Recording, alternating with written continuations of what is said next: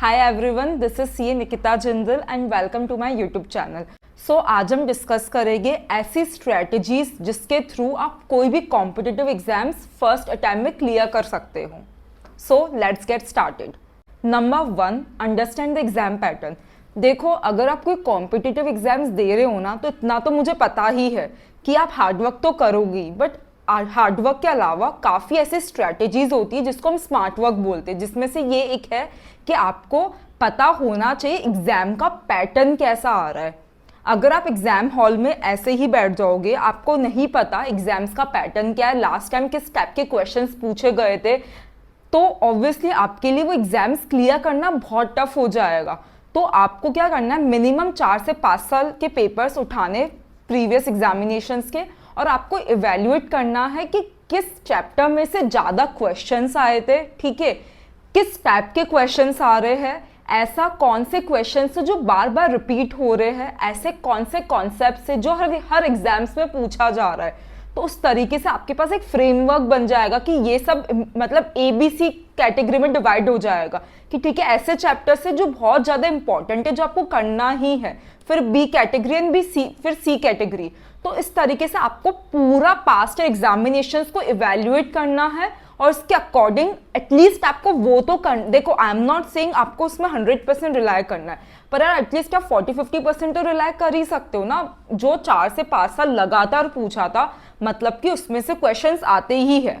हमें other topics भी पढ़ना है, आई एम नॉट सेइंग हमें वो नहीं पढ़ना है, बट हमें ज़्यादा फोकस उन टॉपिक्स में करना है, बिकॉज 80 to 90% जो पैटर्न है वो तो सेम ही रहता है ना। कॉन्सेप्ट में से क्वेश्चन अलग आ जाए, बट कॉन्सेप्ट तो आपको पता होना चाहिए ना, वो मैं बोल रही हूँ। तो जितना हो सके प्रीवियस एग्जामिनेशंस को इवेल्युएट करो, उसके अकॉर्डिंग अपनी स्ट्रैटेजीज बनाओ, ठीक है। उसके बाद आता है आपके पास एक प्रॉपर स्टडी प्लानर होना चाहिए। अब आप वो कैसे बनाओगे? फॉर एग्जाम्पल, अगर आपकी एग्जाम है आफ्टर 3 मंथ, ठीक है, और आपके समझो 6 सब्जेक्ट्स है, तो अगर मैं बात करूँ आपके पास हर एक सब्जेक्ट्स के लिए 15 दिन रहेंगे, तो आपके पास एक प्रॉपर स्टडी प्लानर होना चाहिए जिसमें 3 महीने का पूरा टाइम टेबल बना हुआ होना चाहिए विद सब्जेक्ट वाइज, कि मुझे हर एक सब्जेक्ट्स को 15 दिन देने हैं, तो आपका वो सब्जेक्ट वाइज ब्रेक डाउन हो गया। फिर आपको सब्जेक्ट्स का भी क्या करना है कि एक सब्जेक्ट्स को 15 दिन में कैसे कवर करना, उसका डिटेल ब्रेक डाउन बनाना है। तो बेसिकली आपके पास पूरा प्लानर होना चाहिए विद डेडलाइन, कि चलो ये सब्जेक्ट में ये चैप्टर है, इसमें मुझे कितना टाइम लगेगा, इस सेकंड चैप्टर में मुझे कितना टाइम लगेगा। इस तरीके से आपके पास एक डिटेल पर्सनलाइज स्टडी प्लानर होना चाहिए। अगर आपके पास प्लानर नहीं होगा, आप लोग क्या करोगे, प्रोक्रेस्टिनेट करोगे। आप सोचोगे यार आज कौन पढ़े, हम तो कल ही पढ़ेंगे। आप है ना ओवरथिंक करोगे, इतना सारा सिलेबस है, हम लोग कैसे स्टडीज करें। बट अगर आपके पास एक प्लानर होगा, आपको पता है अगर मैंने 3 से 4 महीने तक ये प्लानर फॉलो करा consistently with focus and with full dedication and without any distractions, तो मेरे एग्जाम्स क्लियर हो गए ही, ठीक है। तो प्लीज मेक श्योर कि आपको पर्सनलाइज प्लानर बनाना है और उसको डेडिकेटली फॉलो करना है। कभी ऐसा होगा कि यार प्लान्स के अकॉर्डिंग नहीं होता है, do not worry about this, ठीक है। आज आपने एक टारगेट बनाया, वो नहीं हुआ, इट इज ओके, ठीक है, आप कल उसको करिएगा। बट मेन ये है कि आपको एक टारगेट तो बनाना ही, अगर आप कल उठोगे और आपके पास कोई टाइम टेबल ही नहीं रहेगा, तो आप आप दिन भर आपका सोचने में चला जाएगा कि मैं आज क्या स्टडीज करूं। बट अगर आप आज रात को सोने से पहले कल के लिए प्रॉपर टाइम टेबल बनाओगे, ठीक है, तो आपको पता रहेगा, आपके पास एक डायरेक्शन रहेगा कि ठीक है, मेरे को ये सब पॉइंटर्स है, मुझे ये कवर करना है, मेरा ये आज का प्लानर है, ठीक है। तो इसलिए मैं हमेशा आपको यही रिकमेंड करूंगी कि आपने ब्रॉडली तो प्लानर बना लिया 2 से 3 महीने का, बट आपको उसको डेली रिविजिट करना है। हमेशा कल का प्लानर प्रॉपर आज रात को जो भी कट शॉर्ट करके बना देना, और फिर आपको हर वीकली रिविजिट करके अपना जो भी प्लानर है ना उसको इम्प्रूवाइज करना है, ठीक है। तो प्लीज इसको अभी से बनाइए कस्टमाइज प्लानर। सो मेरा जो कोर्स है ना, the ultimate guide to competitive exam success, इसमें मैंने आपको काफ़ी सारी स्ट्रैटेजीज बता रखी है जिससे आप खुद के अकॉर्डिंग कस्टमाइज स्टडी प्लानर बना पाओगे, और उस प्लानर के थ्रू आप अपने आवर्स को 24 आवर्स को 200% यूटिलाइज कर पाओगे। मैंने आपको काफ़ी ऐसी स्ट्रैटेजीज बताई है जिससे आप जो भी पढ़ोगे ना आपको लंबे समय तक याद रहेगा। आप अपना कैसे टाइम मैनेज कर सकते हो during preparation of your exams, 1 day before exams and during writing your exams. आपका माइंडसेट कैसा होना चाहिए अगर आपको कॉम्पिटिटिव एग्जाम्स क्लियर करनी है, तो आप मैनिफेस्टेशन टेक्निक्स कैसे यूज कर सकते हो टू अचीव गुड मार्क्स। ठीक है, तो आप ये एक बार कोर्स चेकआउट करिए, इट इज सो गुड। मैंने मेरी सारी लर्निंग्स जो थी ना इस कोर्स में दे दी। Okay, so I just want कि मेरी जितनी भी लर्निंग्स है ना लाइफ की, जो भी मुझे स्ट्रगल्स आए हैं, आई डू नॉट वांट कि आपको वो फेस करना पड़े, इसीलिए मैंने ये कोर्स बनाया है। एक बार आप चेकआउट करिए, का लिंक मैंने डिस्क्रिप्शन में डाल दिया, अगर आप इंटरेस्टेड हो तो एक बार चेकआउट करिएगा। ठीक है, and getting back to this topic again.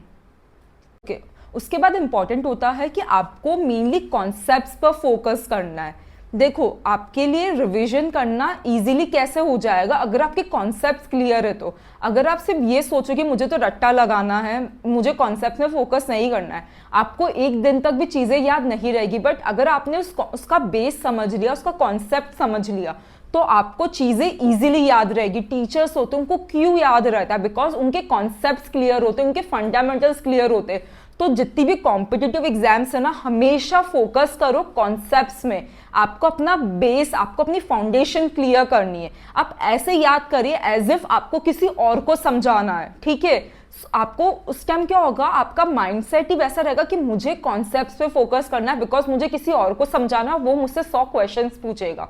ठीक है, तो हमेशा कॉन्सेप्ट पर फोकस करिए। स्टार्टिंग में टाइम लगेगा, बट आपका मेन फोकस है कॉन्सेप्ट होना चाहिए, सो दैट आपका बाद में टाइम सेव हो जाए। ठीक है, तो अपना कॉन्सेप्ट बिल्डिंग में फोकस करिए। उसके बाद है कि आपको रेगुलरली प्रैक्टिस करना है। देखो, सिर्फ स्टडीज करने से कुछ नहीं होगा, आपको क्या करना है, जैसे मैं मेरा एग्जाम्पल बताती हूँ। मेरी सीए एग्जाम्स 3 आवर्स की होती। ठीक है, तो मैंने क्या करा था, घर पे बैठकर पास्ट के एग्जामिनेशन पेपर्स लिए, उसको 3 घंटे बैठकर प्रॉपर सॉल्व करा एज इफ कि मैं एग्जामिनेशन हॉल में हूँ। ठीक है, इससे क्या हुआ, जैसे 3 घंटे खत्म हो गए तो मैंने क्या करा, मेरे जितने भी आंसर्स थे ना, वो मैंने सजेस्टेड आंसर्स में से चेक करे थे। ठीक है, इससे मुझे मेरी वीकनेस पता चली कि ठीक है, ऐसे कौन से टॉपिक्स थे जिसमें मैं नहीं लिख पा रही हूँ, तो मैंने वो तुरंत रिवाइज करा, तो मेरा रिविजन भी हुआ।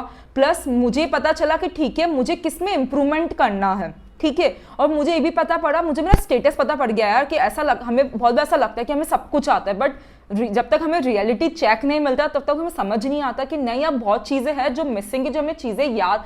हमें मेन प्रॉब्लम क्या होती बच्चों की, कि वो पढ़ते रहते बट उनको कुछ याद नहीं आता एग्जामिनेशन हॉल में।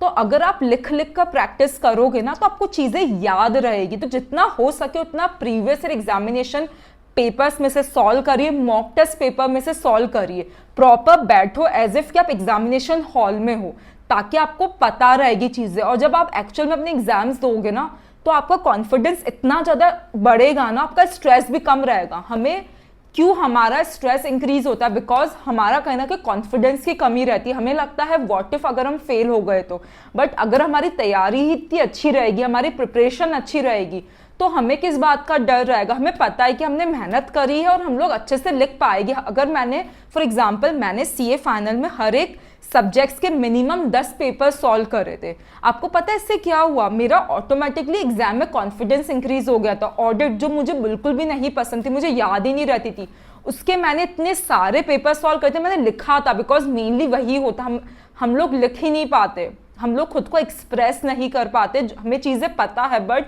We are not able to write properly. तो मैंने इतना लिखने की प्रैक्टिस करी थी, मैंने सजेस्टेड आंसर्स में देखा, मुझे पता पड़ा अच्छा ठीक है इंस्टीट्यूट को इस टाइप के आंसर्स चाहिए, तो मैंने उस पैटर्न में लिखना स्टार्ट करा।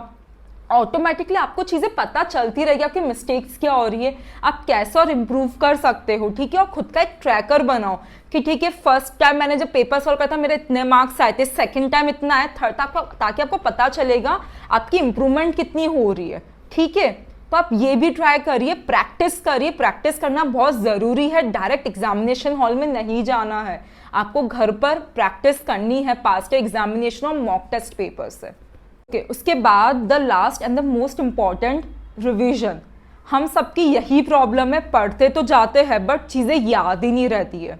ठीक है, तो प्लीज़ आपको मिनिमम हर एक सब्जेक्ट्स का 3 रिविजन्स तो करने ही है, मिनिमम 3 रिविजन्स। और वो कैसे होएगी? देखो, सबसे इंपॉर्टेंट है नोट्स बनाओ, बिकॉज आप जैसे नोट्स बनाओगे ना, तो अगर आपको फर्स्ट रिवीजन में लगा, एक चैप्टर में लगा 5 से 6 घंटे, तो आपको सेकंड रिवीजन में वो 2 घंटे हो जाएगा, बिकॉज आपने नोट्स को उसमें शॉर्ट फॉर्म में कन्वर्ट कर दिया नोट्स के थ्रू। ठीक है, तो जितना हो सके उतना नोट्स बनाओ। आप नोट से ही आपका क्या होगा, रिविजन ईजिली हो पाएगा। जब आप रिवाइज करोगे ना, आपके कॉन्सेप्ट्स और क्लियर होते रहेंगे।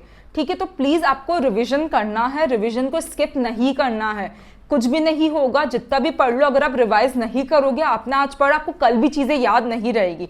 तो रेगुलर रिवीजन करना बहुत इंपॉर्टेंट है। आप जब प्लानर बनाओगे, उसमें अब आपकी प्रॉपर रिवीजन स्ट्रेटेजीज भी होनी चाहिए कि आपने एक टॉपिक पढ़ा, उसको आप नेक्स्ट कब रिवाइज करोगे। ठीक है, तो वो भी आपको इंप्लीमेंट करनी है। सो गाइज, अगर आपको ये वीडियो पसंद आया हो, सो प्लीज इसको लाइक करिए, शेयर करिए, सब्सक्राइब टू दिस चैनल। और मुझे कमेंट्स में बताइए आपको और किस टाइप की वीडियोस देखना है इस चैनल पे। ठीक है, टिल देन, बाय बाय।